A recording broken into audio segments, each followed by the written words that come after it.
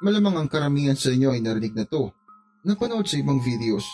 Gayunpaman, gusto ko pa rin gawin ang video na to sa paraan ko. May mga ibang nagsasabi na para daw itong Atlantis o El Dorado, pero hindi. Ang biringan ay iba. Ang Atlantis at El Dorado ay mga lost cities. Kumbaga, hindi talaga natin alam kung nasaan sila. Samantalang ang biringan ay hindi naman lost city. Kasi nga, alam talaga natin kung nasaan ito. Ang problema lang, hindi ka basta-basta makakapasok dito dahil ito ay invisible.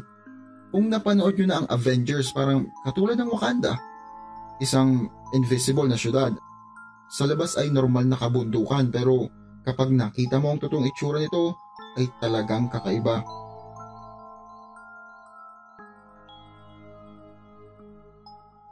Pinaniniwalaan na ang lokasyon ng biringan ay nasa pagitan ng mga bayan ng Gandara, Tarangnan at Pagsanhan. Ang bayan ng biringan ay hindi basta-basta makikita. Ayon sa mga kwento, meron itong 7 lagusan. Subalit, walang nakakaalam kung nasan ito. Pinaniniwalaan din na ang isang napakatandang akasya na makikita sa Pagsanhan ang isa sa mga portal na ito. Ayon sa mga reports, maraming mahiwagang nangyayari malapit sa nasabing puno. Mga tao na nawawala at lumilitaw. Pinaniniwalaan din na ang mga taong ito ay mga piringan at sila ang may kakayahang maglabas-masok dito. Ayon din sa mga reports, paminsan-minsan ang mga biringan ay tinatawag ang mga nagkakawi dito. 3 lang ang rason dito.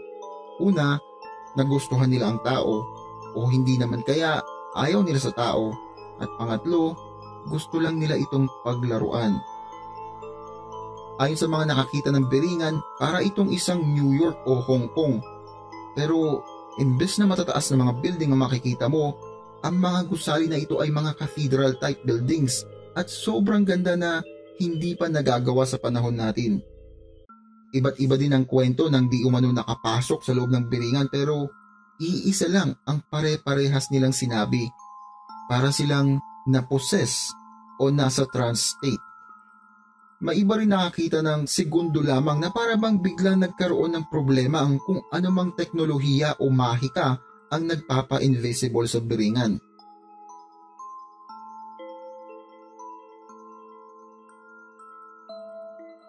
Ang mga kwento tungkol sa mga gusali ng biringan ay sadyang magaganda.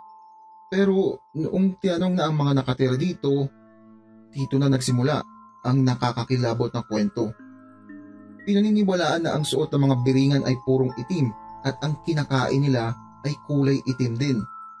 Mukha silang mga tao pero wala silang philtrum o yung guhit sa ibaba ng ilong natin. Ganito rin ang paglarawan sa aswang ng mga Bisaya.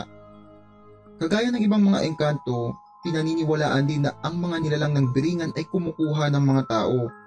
Kaya naman, kapag may biglaang namatay sa kalapit na bayan, pinaniniwalaan na ang piringan ang may gawa nito, na dinala ang nasabing tao sa kanilang kaharian at iniwan ang isang walang buhay na katawan. Pinaniniwalaan din na ang mga naiwan na katawan ay hindi talaga katawan ng tao, kundi mga katawan ng puno o hindi naman kaya katawan ng saging at nilagyan ito ng mahika para magmukhang katawan ng tao. Kung mahilig kayo magbasa ng mythology, ganito rin ang gawain ng balbal at aswang. Posible kaya na ang biringan ay tirahan ng hindi lang engkanto, kundi pati mga duwende, aswang at iba pa?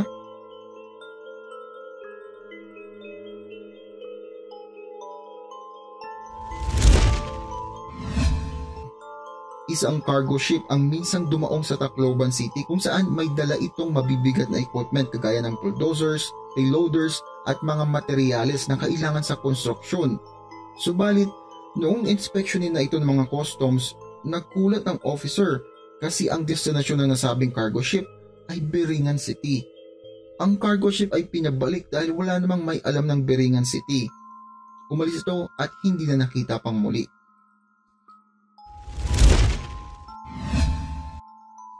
May mga package na dumating at naka-address sa Biringan. Nangyari ito maraming beses na ayon sa mga lokal. Ang mga delivery boy hahanapin ang Biringan City para i-deliver ang kanilang order. May pagkakataon din na ang nakasulat sa receiver ay matagal ng patay. Isang kumpanya ng mga Hapon ang nakadetect ng maraming gold at uranium deposits. Di umano kinamit nilang kanilang satellite at dito nakita nilang lokasyon ng nasabing minerals. Agad silang pumunta sa Samar at nagtayo ng working site sa area na yun. Sa kasamaang palad, maraming pangyayari na di inaasahan. Maraming disgrasya. Kaya naman ang mga Hapon ay in-evacuate ang project. Wala silang nakuha kahit ano at nalugi pa. Isang taxi driver di umano ang nagsakay ng 3 magagandang dilag. Hindi natinanong ng driver kung saan sila ihahatid kasi nangako ang mga ito na magpapayad ng triple. Habang nasa biyahe, tinuro ng mga babae ang isang ruta na daraanan nito. Hindi pa nakakapunta ang driver dito. Isang napakadilim na daanan. Maya-maya pa, ang daanan biglang lumiwanag. Mula sa madilim na paligid, nakita nito ang mga malalaking gusali. Ang driver noon manghang-mangha kaya noong tinanong niya ang mga babae kung anong pangalan ng bayan nila, hindi sumagot ang mga ito dahil paglingon niya, wala na ang mga ito. Agad pinatakbo ng driver ang kanyang taxi at sa isang kisap mata, nawala ang liwanag at ang mga gusali. Ayon din sa mga lokal, minsan nakakakita sila ng mga jeep na papuntang Beringan at ang mga PUV drivers naman nagsasabi na nakapagsakay sila ng mga pasahero na kapag lumalampas sa nasabing lokasyon ay bigla na lamang mawawala.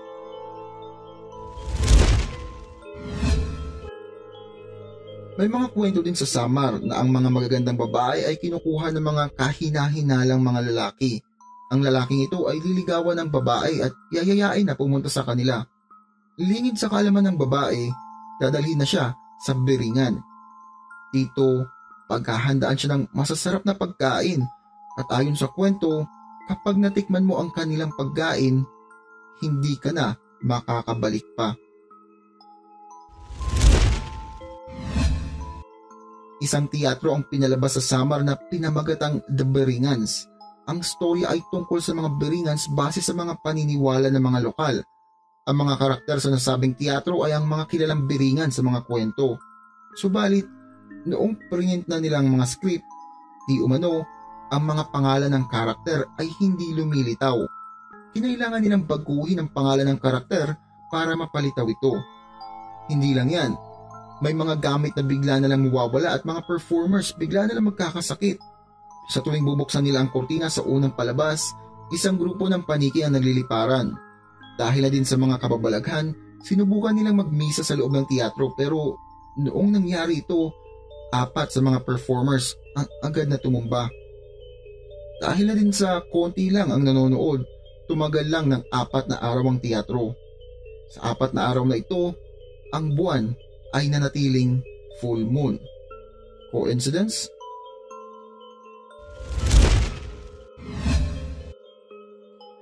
May pagkakataon na ang mga Beringan ay magpapanggap ng mga businessman. Kukuha ito ng mga kontrata at kapag nagkasundo na ang dalawa ay makikipagkamay ito para selyuhan ang kanilang usapan. Pagkatapos makipagkamay ng Beringan ay bigla itong mawawala at hindi na makikita pa. Ayon sa mga mangingisda at mga barko na lumalayag malapit sa Samar, nakakita sila ng liwanag, kadalasan kapag walang buwan. Yung liwanag na makikita mo lang sa malalaking syudad kagaya ng Metro Manila o hindi naman kaya Cebu. At ayon pa sa mga ito, mas maliwanag ito at mas advanced. Ang mga mangingisda takot na lumapit dito dahil naniniwala sila na kapag dumaong sila dito, hindi na sila makakakita ng liwanag pa. Kwento ng isang kaibigan ko na taga Samar. Nakakawalo sa isang buwan na may inapapadpad na mga delivery man na nagtatanong sa kanila kung saan daw yung lugar ng Beringan City. Kasi raw may nag-order sa kanila mga furnitures, auto, sako-sakong simento at marami pa na galing ibang bansa. Yung iba naman galing Manila o Cebu.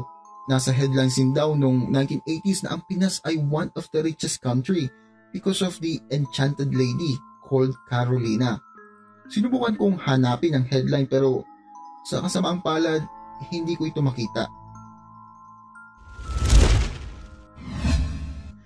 May isang kwento naman na may isang malaking cargo ship na nag-deliver sa Beringan City ng materials at appliances. Sinabihan sila ng client na gabi daw i-deliver yun. Nung nakarating na sila, mga 7 ng gabi yun, laking gulat ng mga crew ng barko dahil first time nila makakita ng napakagandang city. Full of amazing lights, beautiful mansion, beautiful people. Agad daw yung mga kalsada, malinis at may magagandang landscape. Hindi agad umalis yung barko, pero nung nagising sila ng umaga, nagulat sila dahil wala na yung mga bahay, mga tao na nakita nila nung gabi. Ang nakita na lang nila ay malalaking puno na nakapaligid sa kanila.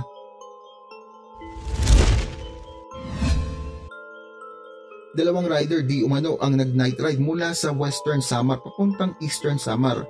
Alas 9 ng gabi noon at nilalakbay ang mahamog na daan ng Borongan, Eastern Samar. Maya-maya pa nakaramdam sila ng malamig na ihip ng hangin at halos nawala lahat ng liwanag. Ang tanging ilaw na nakikita lang nila ay ang ilaw mula sa kanilang mga motor at wala silang marinig kundi ang mga insekto. Maya-maya pa napansin nila na malapit na sila sa isang sharp curve. Pagliko nila dito, para bang pumasok sila sa isang lugar na punong-puno ng sasakyan. Pero wala silang makita. Ang mga tunog lang ang naririnig nila. May mga pagbusina ng sasakyan at nakaramdam din sila ng pag-alog sa kanilang mga motor na para bang isang malaking truck ang dumaan sa gilid nila. Nawala ang mga tunog at pakiramdam na yon noong nakita na nila ang sharp curve muli. Ang storya ni Carolina ang pinakapopular sa lahat. Ito rin ang ginawa ng teatro sa naunang storya. Noong 1983, isang babae mula sa Leyte ang nag-aral mula sa Manila at kaklase ni Carolina. Inilarawan ni Jenny si Carolina bilang isang mayaman, matalino at napakagandang babae. Noong natapos na ang semester, inanyayahan ni Carolina ang kanyang mga kaklase na bumisita sa kanilang lugar para sa nalalapit na piyesta. Sinabi pa niya na siya ang bahala sa mga pamasahay nila na balikan para sumama mga ito. Noong tinanong ng kaklase ito kung saan siya nakatira, sumagot ito ng Peringan City. Gustong sumama ni Jenny pero hindi siya pinayagan ng kanyang lola. Kaya naman ang 3 niya lang kaklase ang nakasama kay Carolina papuntang Beringan. Simula noon, hindi niya na nakita pang 3 kaklase, pati na rin si Carolina. Lahat sila dineklarang nawawala. Ang pamilyang 3 ay agad pumunta sa Samar para hanapin ang sinasabing Beringan City pero laking gulat nila na wala ang ganitong bayan. Kaya naman umuwi silang luhaan. Matapos ang ilang taon, isa sa mga kapatid ng kaklase nito ang nanaginip patungkol sa ate niya. Ayon sa kanyang panaginip, masaya itong naninirahan sa Beringan at hindi na siya uuwi pa. Sa katunayan, meron na itong pamilya sa Beringan, kaya naman hindi dapat silang mag-alala. Isa rin sa mga klase niyang nawawala ang nagpadala ng sulat sa kanyang pamilya. Ayon sa sulat, hindi na siya uuwi at pinakasalan niya ang pinakamayamang lalaki sa Beringan City. Inilarawan pa niya ang syudad na napakalaki at maraming masasayang tao. Ito ang huling pagkakataon na nabalitaan ni Jenny ang kanyang mga kaklase. Nakakapagtaka man pero ang istoryang ito, di umano, ay nangyari sa totoong buhay.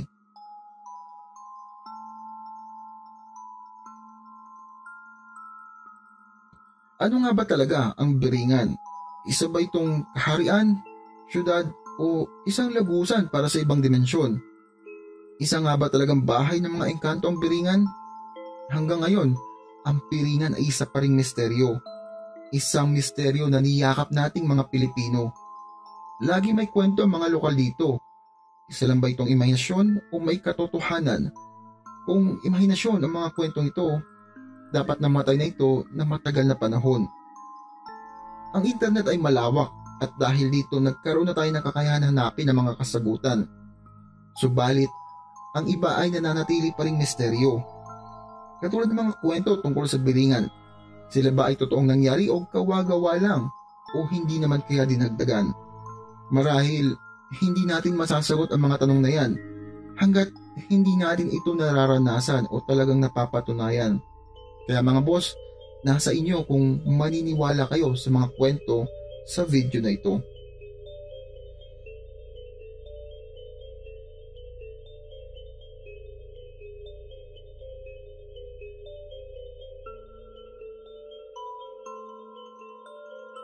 Kung nagustuhan ninyo ang video na ito, hit naman ang like button. At kung gusto nyo naman supportahan ang channel namin, mag-subscribe na. Hindi nyo lang kami sinuportahan, lagi pa kayong updated sa mga bagong videos namin. Salamat mga boss, Pula Lord out.